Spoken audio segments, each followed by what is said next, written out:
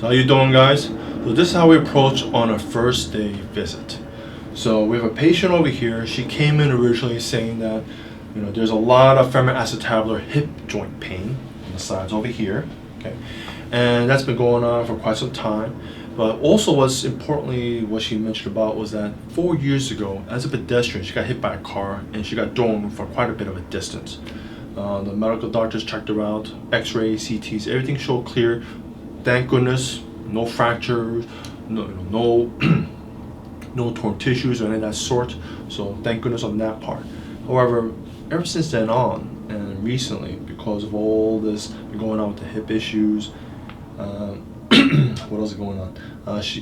Other problems are manifesting. Bilateral knee problems.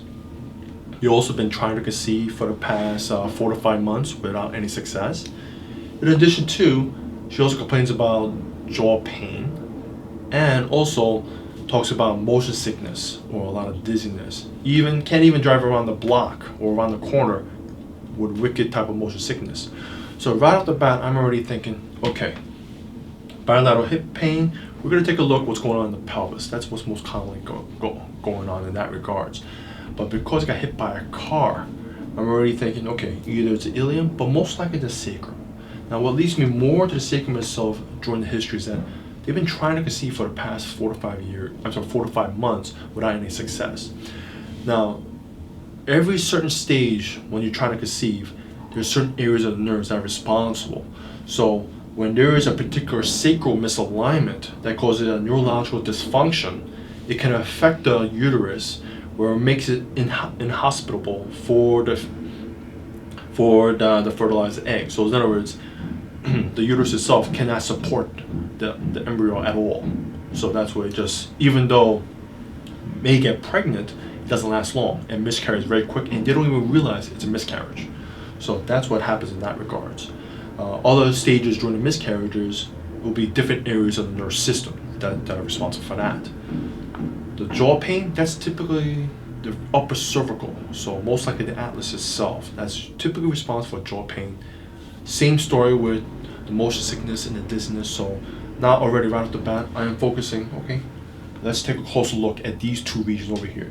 The pelvis, which is the pelvic foundation that provides structural support and biomechanical stability for the entire spine itself. In addition to, we now have the upper cervical, most likely the atlas itself. We'll take also a closer look, see what's going on, why it's causing that jaw pain and the motion sickness / dizziness as well.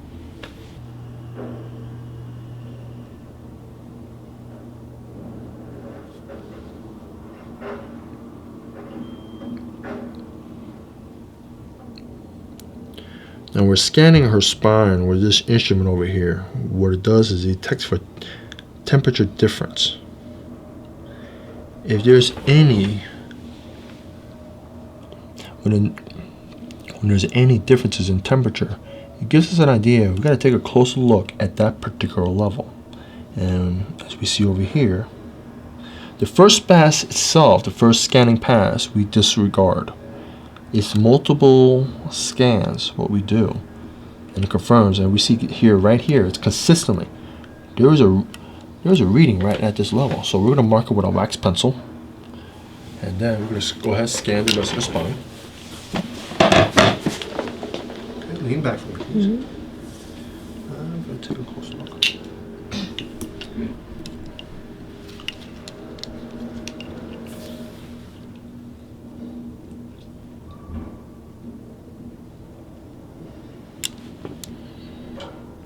As we see already with that first scan, the instrument is somewhat erratic. And as we do multiple scans, we see the very top, we start to have a reading. Right there, at the very top. So we're going to mark that level right there, and we're going to take a closer look. So next component in the Gonstead method, what we do is, we started with history, we did instrumentation. Now we're going with visualization and also static palpation. So right off the bat, what we see over here, I want to see nice and smooth like this, and yet, as we see here, there is a raised indentation. This is what we call edema. This is swelling. So this area over here, we're going to take a closer look, see what's going on. And a little lower on, you also see there is a wide across band of swelling right here. So let's take a closer look.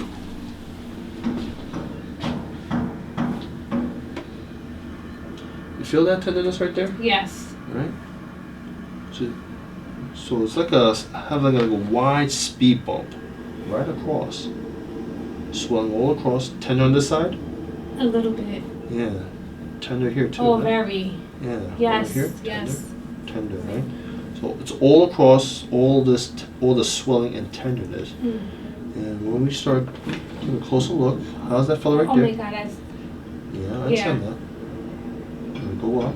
How's that one? the same. It hurts. I understand that. Okay. So we already concluded. Okay, there's something going on already. Pelvic foundation, 5th lumbar, 4th lumbar. Everything else looks nice and smooth throughout the rest of the spine over here. And when we take a closer look on the neck, this region over here. Okay, lean back for me, please.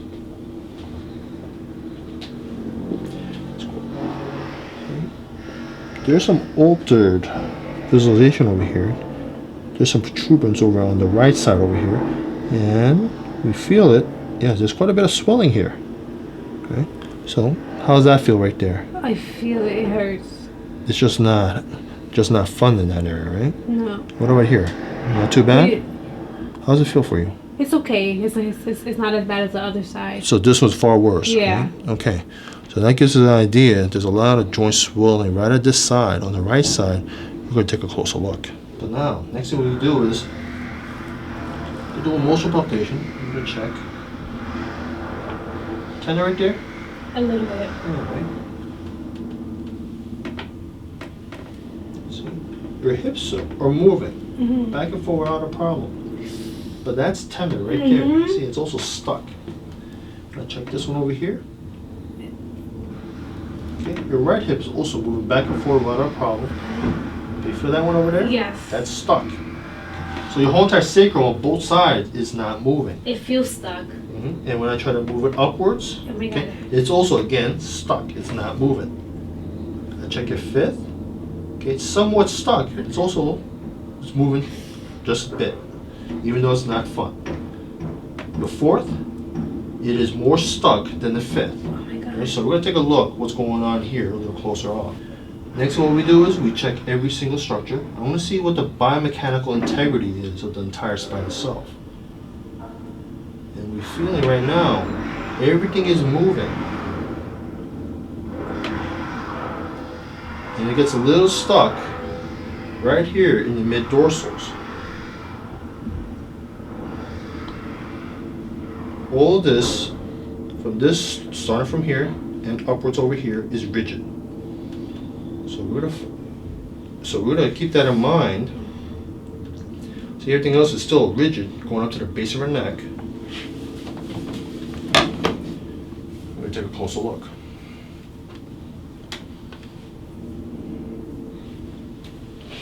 And we're starting off from the base of the neck itself. And we feel this, it is moving. Okay, the 6th cervical, 5th is moving. The 4th is starting to become stuck again. Okay, and it's tender, right? Yeah, I feel the pressure. 3rd cervical is not moving.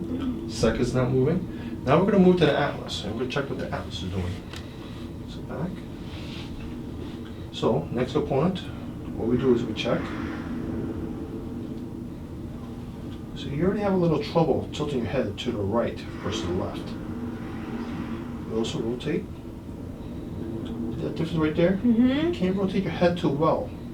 I feel it. Right? So that also confirms what we suspect. Okay. So upper part of the neck is fixated, atlas is fixated, and very tender as well. So overall, the strategy what we have to do is this. As a chiropractor, we have to visualize and see what's going on in terms of biomechanics in the inside of the patient itself and merge all the data we have accumulated at this point. So right now, what we already determined is that strongly suspect there's a base posterior sacrum, potential 4th lumbar vertebrae, and the atlas. Now, because there's no heat reading in here and there's some fixation over here, I believe this fourth lumbar is a future structure we need to correct in a different visit. Currently right now, because the biomechanics of this sacrum over here is compromised, and yet interesting enough, okay, it's smooth and it's not as badly fixated, which believes me this fourth lumbar is compensating for this sacrum over here, which is why there is movement over here. However, because it got fixated on this mid dorsal over here and up to this region, most likely what happened is because she experienced that trauma from being hit, Atlas itself got knocked out of alignment and is transmitting a force. In essence, what we're talking about is both ends of the spine is being wrung in opposite directions, resulting in this mid area over here being twisted. Therefore, it's compensating, and even though it may be fixated, I wouldn't want to touch this area. And we'll take a closer look at the x-rays, see what we're visualizing matches up. This region over here, sacrum, not only provides a foundational support for the entire spine itself, in your case, why it's so crucial to correct this fellow over here. I expect, your husband will also like this concern addressed as well. This area controls the nerves to the ovaries, also the uterus itself. So when this fellow over here gets knocked out of alignment, you don't have proper nerve function to that uterus. So I'm not saying with definitive certainty saying like, the ovaries will definitely be, working or compromised. It's upon my past experiences, I've noticed that yes, you may have gotten pregnant, but you just didn't know about it. Okay? And it may have sense that you may have had just simply a very heavy period from time to time. Oh my God. Okay, right? Okay, yes. So again, when the embryo gets implanted onto the uterine wall, it's supposed to send hormonal signals and have it ready. However, it's not sending that really back into the brain until it says, okay, let's prepare this fellow. Why? Because not enough nerve function is going straight back up. Basically, in essence, what we got here is a massive traffic jam over here. So the brain over here, it needs to send all that information straight down to all these organs, the entire body itself, and got to come straight back up. We're having that disconnect. So there's no possible way we could have that embryo latch on and create that nice little home for it to properly grow. Which is not possible. So we got to correct this fellow over here. Okay. That's a must. And in terms of that dizziness and all that stuff you're experiencing, right there. So we're going to take a closer look around that one as well. Okay? Any questions? Could that be the reason why every time I get my period, it's pretty painful? Yes, it can. Okay. Well, the other reason is this. You have to keep in mind, the uterus itself, it's a specialized type of muscle. Yeah. Okay? All mothers definitely know it, right? Because when you're pushing that baby out, it's definitely a muscle. Yeah. Okay? So, with the uterus itself, you have to keep in mind, this is not bolted onto your bones or anything like that. It's held by ligaments. So another easy way to explain it, it's like a hammock. Okay? So if the trees are swaying or if it's like deviated in a certain direction, where do you think that hammock's going? It's gonna follow along for the ride. So therefore, if your pelvis is not in proper alignment, that uterus is going along for the ride. Now, it may not seem too important now. When you get pregnant, and please let me know. Yeah. Okay. So when you get pregnant in the future, the baby inside will grow and also start to sense that misalignment. So that's why, with first-time mothers, we recommend, please, have your pelvis checked and make sure it's in proper alignment. And you may have heard of from your mom or other, your friends or what have you. How long did their first pregnancy take, labor-wise? A long hours. Time, right? Not just hours. We're talking sometimes 12 hours, 24 hours, 48 hours. Why? Because the pelvis and the nerve system is not properly optimized. So when you optimize it, typical mothers here, they give birth within 4 hours or so. Okay. The fastest we had here so far is 45 minutes. And we're talking about this is all first-time mothers. I wish. That's what I'm saying. So when you get the pelvis in proper alignment and the nerve system properly functioning, the baby will sense this, hey, time to go. And it goes. Okay. Right? That's my hope. So, but first things first. Yeah. Okay, let's correct this structure over here, get the nerve system functioning properly for your uterus, so so the baby can start growing in there. This is what normal is supposed to look like. That's just straight. What do we see here? It's curved. Well, it kind of looks straight over here, and then suddenly does this, like a zigzag over here, right? And then it can start curving a little bit again to the right. So why is it doing all the zigzags like crazy? And why is it straight over here? So this is what's interesting enough what's going on, what I see. This is the model lumbar spine. What we're looking for is this tip over here, just to make things easier for you to see. What we Gonstead doctors and the Gonstead students, what we see is something else differently for a much more reliable landmark. But just to keep things really simple, is this one right over here. Take a look at the center of it. It should be centered. Okay. I want to see this centered. I don't want to rotate to the left, to the right, tilt to the left, or tilt to the right. So when I start looking for the very top, I'm trying to look for anything that is centered. Nothing. Keeps on rotating around like this. Swivels. And what's interesting enough, this fourth lumbar immediately turns to the left. Yeah. See this? All this is right. This fourth lumbar all the way to the left, and then here turns to right again.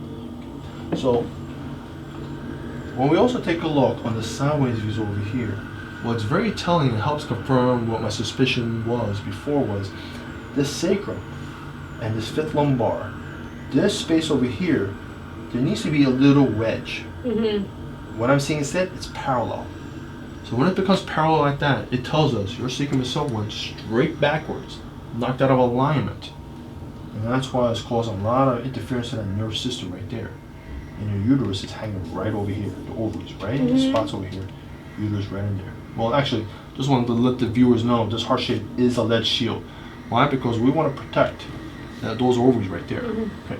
So now, next component, all the things what we're seeing is help explain why we're seeing all the zigzags. As we explained earlier, what your body did was it wrung on both ends. Your fourth lumbar acted like a safety valve, like a circuit breaker. If it didn't, the rest of the spine should have rotated along with this, meaning your sacrum went all the way knocked out this way, meaning it looks like it went this way. And yet the rest of the spine did this. It shouldn't have done that. So that's why this thing blew out as a circuit breaker.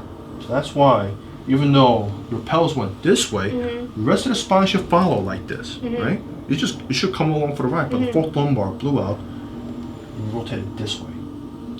So since you rotated this way, in the very top part, it got twisted due to the accident. Okay, that's what we're seeing over here. It got wrong on both ends. So, just like what we're seeing here, just like what we see over here, just like having a washcloth and you wring it, what happens? In the middle it gets all twisted up. What are we seeing here? So all this is all being twisted up. Yeah. But you don't see that crazy twist over here or down here. It's just right here. So that's what tells us we're going to take a closer look at what's going on both ends.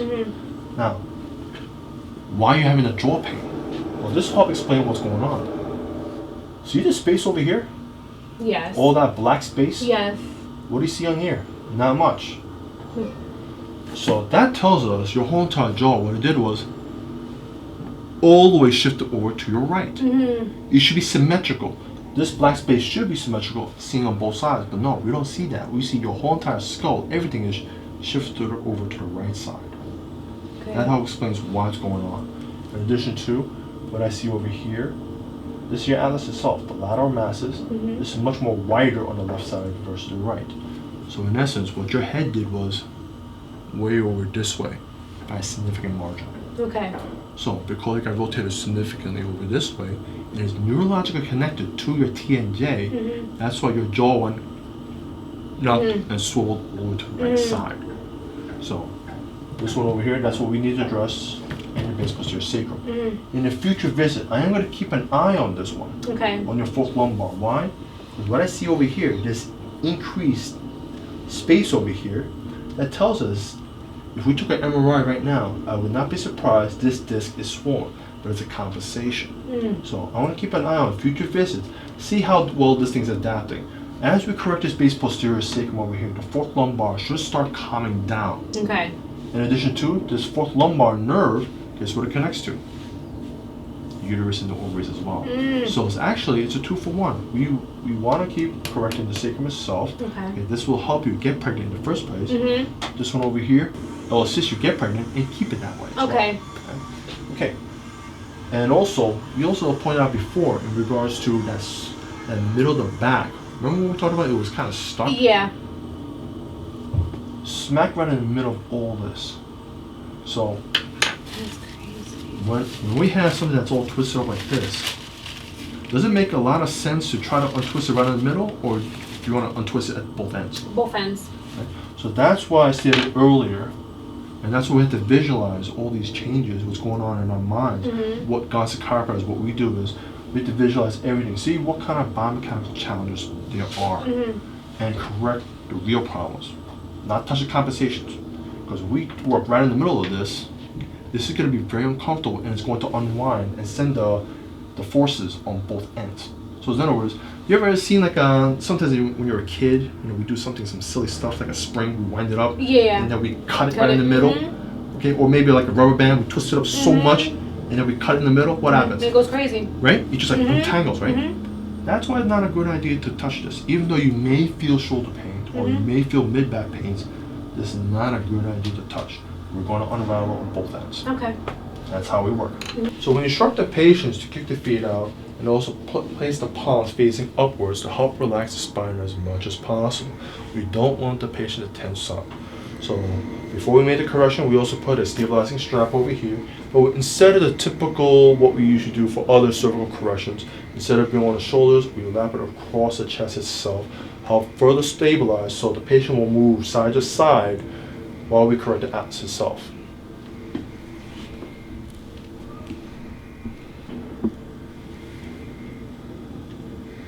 Just relax over here.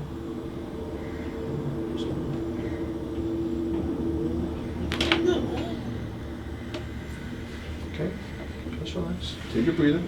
Take a moment. Wow. Okay, take a moment. Let me know what. Now, because we correct your atlas and because it was severely misaligned, you may experience some dizziness. Okay. And the reason why you may experience that, actually, what are you feeling right now? I feel like a flash, like a little a hot flash type of feeling, like. Okay. It feels like there's no weight on my shoulder, like, you know what I mean? Like I feel like it's like free. Like I don't have no pressure. I feel free. Okay. The reason why is this. Because the atlas itself, right? Not only is there blood vessels going through it, we also have the cerebral spinal fluid as well. So when it becomes significantly misaligned like what yours did, we were not having proper circulation for the cerebral spinal fluids to come into your brain and also exiting. Same deal with the blood supply as well. So when we properly aligned it, I wouldn't be surprised why you felt that little head rush, right? So there's a lot of drainage going on. Some patients also experiencing dizziness and vertigo. Why is that? Because center of gravity has changed significantly to the point that instead of being way over here, what you were on the x-rays, now you're more here. And now there's a massive gyroscope in the back of the brain called cerebellum. It's trying to say, oh, hey, what are you saying? Where's my center of gravity? Am I here, here? So it's trying to figure out where it is in the 3D sense. So that's why I'm asking you to just let it rest, calm down before I have you start walking around. Okay. Now go ahead and start walking around. Alright.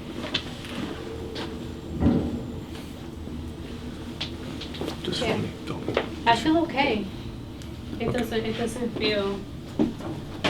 Okay, so the reason why we have the patients walk around after a correction, because once again, we need to have the brain reestablish neurological connections to the postural muscles in the back, and also the ligaments, so on and so forth, and have the cerebellum recommunicate and redirect where the spine needs to be, and also restore that proper biomechanics and biomechanical functions going on in the spine itself. Closing in, what's the difference you notice right now? I don't know. It feels like I feel like my head is like on right. You know, like I don't know. It's like a weird feeling. Like I can't describe it. It's just like I feel like it's put on right. Like I feel like I don't have like a bowling ball on top of my shoulders. Got it. You know, Got it. like it feels good. Do me a favor. Go ahead and open your mouth, open and close. How's that one? Oh my god. I don't feel the little like I will feel like a little like crack. Like it will feel like I don't feel it. Oh, like that, huh? Oh my god. See, that's why it's important to keep that atlas aligned. Didn't even need to touch your jaw at all. That's crazy. Oh my god. Oh my god, thank you so much. Oh, you're welcome. Hey, we're still not done yet. We still gotta fix the foundation. Okay, oh my god. I'm in disbelief right now. I'm so shocked. Oh my god. Oh my god, that's awesome. Ready for part 2? Yes, I'm ready. Let's go. Now with a base posterior, we need to get this fella straight on, and we're also gonna scoop it inwards as well. Okay, relax over here. Just relax. I'm gonna roll you forward right over here and oh my god. Oh my god, I felt that go like throughout my whole spine. Like come on up when you're ready. Okay. Go ahead, walk. So once again, we're having the patient walk. So we want to reestablish all the neural connections once again to all the postural muscles in the spine. It feels like instantly I feel so different. Like I don't feel like I have like a knot, you know? Like it feels so different. Like yeah, it feels really good. So how is this right now? The sides? It's fine. I don't feel anything. You also mentioned you felt some discomfort. Yeah, towards the grind. But how's that now? I don't feel anything. I don't feel nothing. And my apologies, I forgot to mention about this. You talked about you also had some knee pain. like knee discomfort. I don't feel anything. It's gone. I don't feel nothing. I felt like inflammation, like sort of feeling. I don't feel that. Do you understand why the knees were being affected? So take a look. If your pelvic foundation, and in your case what it shows on the x-rays, you were severely knocked out towards this direction and backwards, right? But take a look at what happens to your knees. Where are they going? Yeah.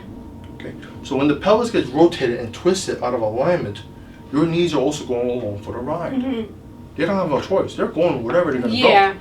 Now, what's interesting enough, orthopedic surgeons, which are medical doctors, they did a study a couple of years ago, and they've proven that 85% of knee problems are not in the knees whatsoever. It's either in the pelvis or in the ankles. Wow. Right? Why?